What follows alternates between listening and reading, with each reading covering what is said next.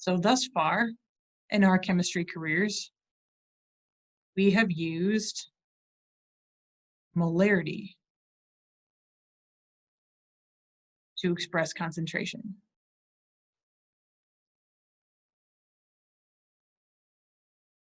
And we're pretty happy with that. So molarity has a symbol of capital M, and its unit is moles per liter. Should be pretty familiar with that by this point.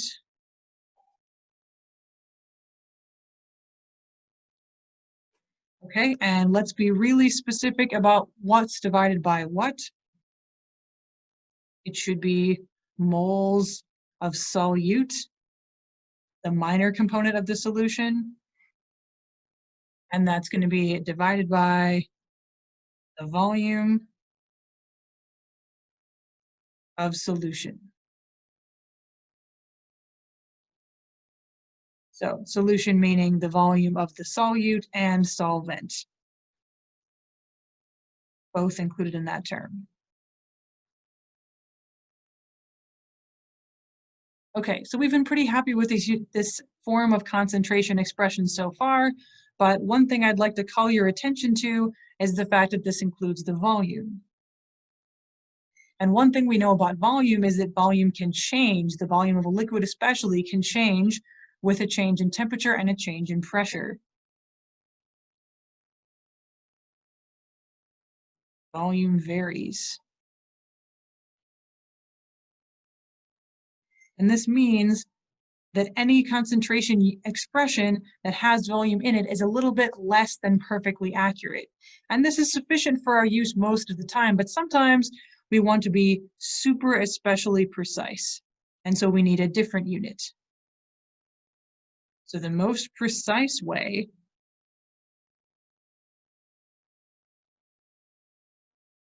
to express concentration is called molality. Now be careful, those two words are spelled very similarly, and so it can be easy to accidentally read one instead of the other. So make sure you check your units. Okay, so the symbol for molality is an italic lowercase m. It's pretty difficult to tell what italic looks like in handwriting. So most of the time I just write molal or molality as the variable, just so that everyone is on the same page about what unit of measurement we're talking about. And the units for molality are in moles per kilogram. So we're including a mass in the denominator instead of a volume for more accuracy. And there's something else that's different about this. So we still have moles of solute on the top. And on the bottom, we've changed to kilograms, and we've changed what the component is. So this time, it is the solvent. So put a big exclamation point next to that in your notes. This time it's just the solvent on the bottom, just the one piece. In the previous one, we had the solution, which was the sum of both pieces. Now we just have this one piece. So watch out for that. Solute and solvent, solute and solution. Those are different. So let's do a practice problem here. Make sure we know how to use our new expression for concentration. This example says a solution is made by dissolving 4.35 grams of glucose, formula C6H12O6, in 25 mils of water. Find the molality. The molality, even the question has a mistake. Okay, so if we want to find the molality, we need to find moles of solute over the kilograms of solvent. So this is going to be our solute, the glucose. This is going to be the smaller item, and our solvent is going to be the water. So we can find the number of moles of solute first. So 4.35 grams of glucose. Use the molar mass to convert that.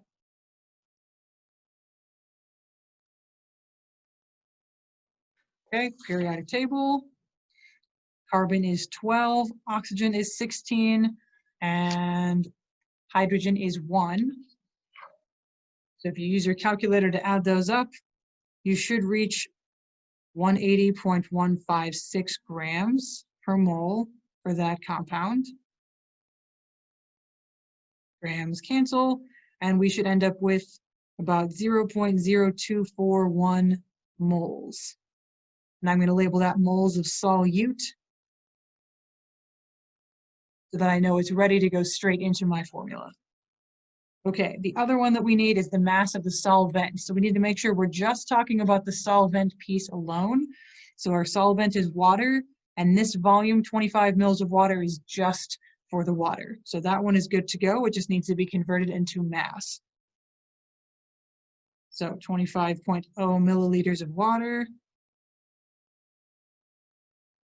And when we need to convert a volume into a mass, we're going to use the density for this compound. And the density wasn't listed, but we know the density of water already. It's around 1 grams per milliliter for water. And we'd like this to be in volume of liters. No, we'd like it to be in kilograms. Kilograms for our denominator.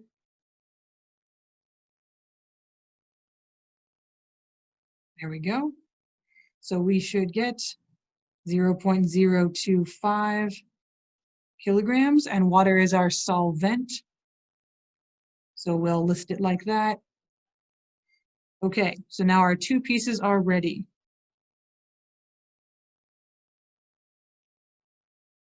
Ready for molality. So moles of solute is here, 0.0241.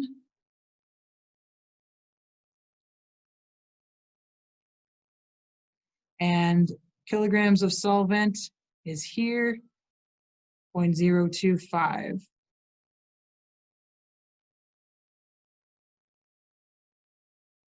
And if you divide these, you should reach 0.966 moles per kilogram.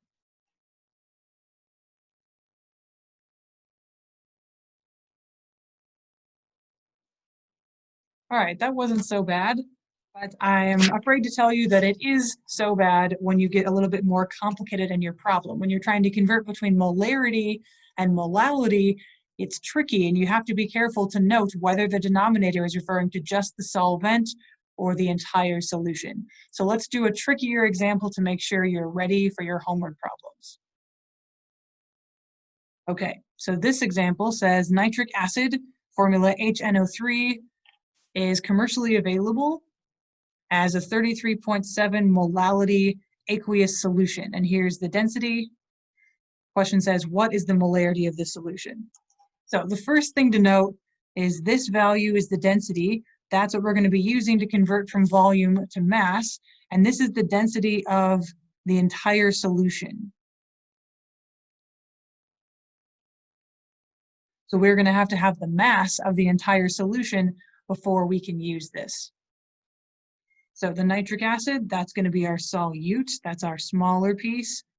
And then it doesn't have a solvent listed, but we know what the word aqueous means.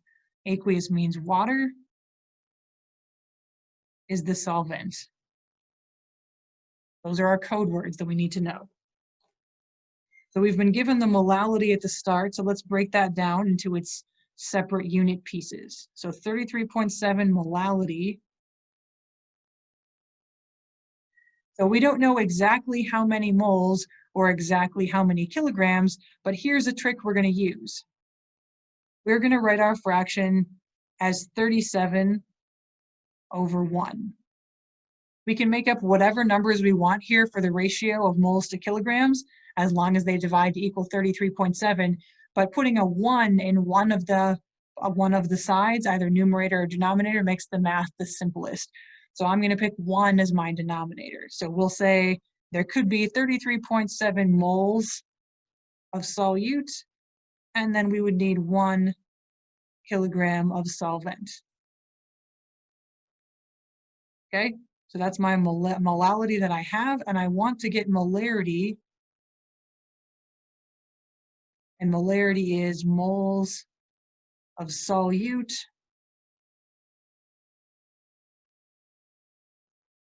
over the volume of solution.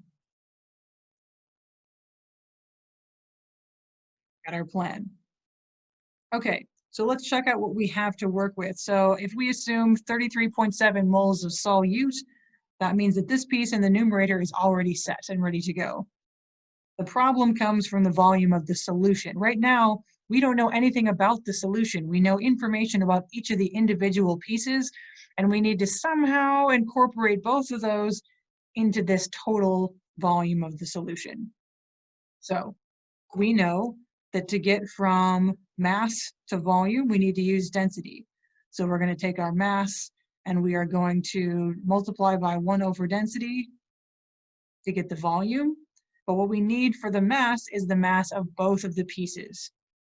So we're going to find the mass of the first piece to start with.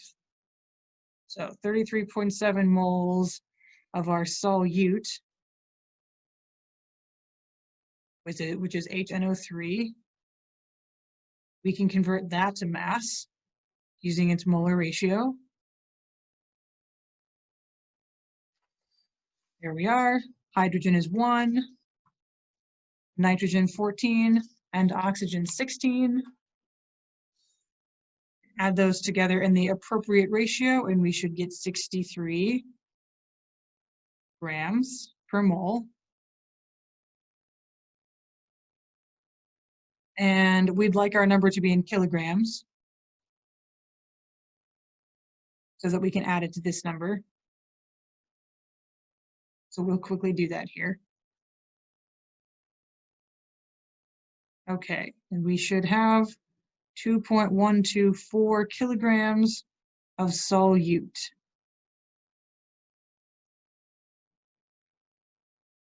There we are. Okay, so we have the mass of the solute, and our mass of the solvent is right up here. We've assumed it's 1 kilogram. So we're going to find our total mass by taking the solute plus the solvent to get the solution. Don't be afraid to write out the steps or you're brainstorming about what you're doing behind the scenes so that everybody can keep up with what's going on. Okay, so our solute mass, 2.124 kilograms. Our solvent mass was 1. So our total is going to be 3.124 kilograms total. And that is kilograms of solution. All right, so now we have moles of solute and we have kilograms of solution. So we're getting there. We now have something in terms of solution. We just need to get it in terms of volume. So we need to use the density next. So 3.124 kilograms of solution. And we'll divide by density, which was given in the problem, 1.35. Notice I'm writing everything in terms of solute, solvent, or solution instead of the actual compound, because that helps me to make sure that my units are correct. So kilograms of solution. Oh, I have grams of solution here. So let's throw in a unit conversion, 1,000 grams in 1 kilogram, and then I want my units to be in liters, 1,000 milliliters per liter. All right, so kilogram cancels with kilogram, grams with grams, milliliters with milliliters, and we're left with liters. And technically I have 1,000 over 1,000, so those cancel as well, and I didn't even have to do that.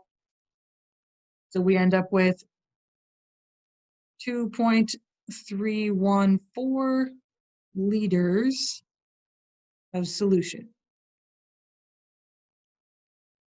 All right, so let's review. Moles of solute, check. Volume of solution, check. So we're finally ready to plug things in. So the molarity of this nitric acid is going to be moles of solute, 33.7, over volume of solvent, of solution, volume of solution. Yes, there we are. And that should give 14.6 moles per liter.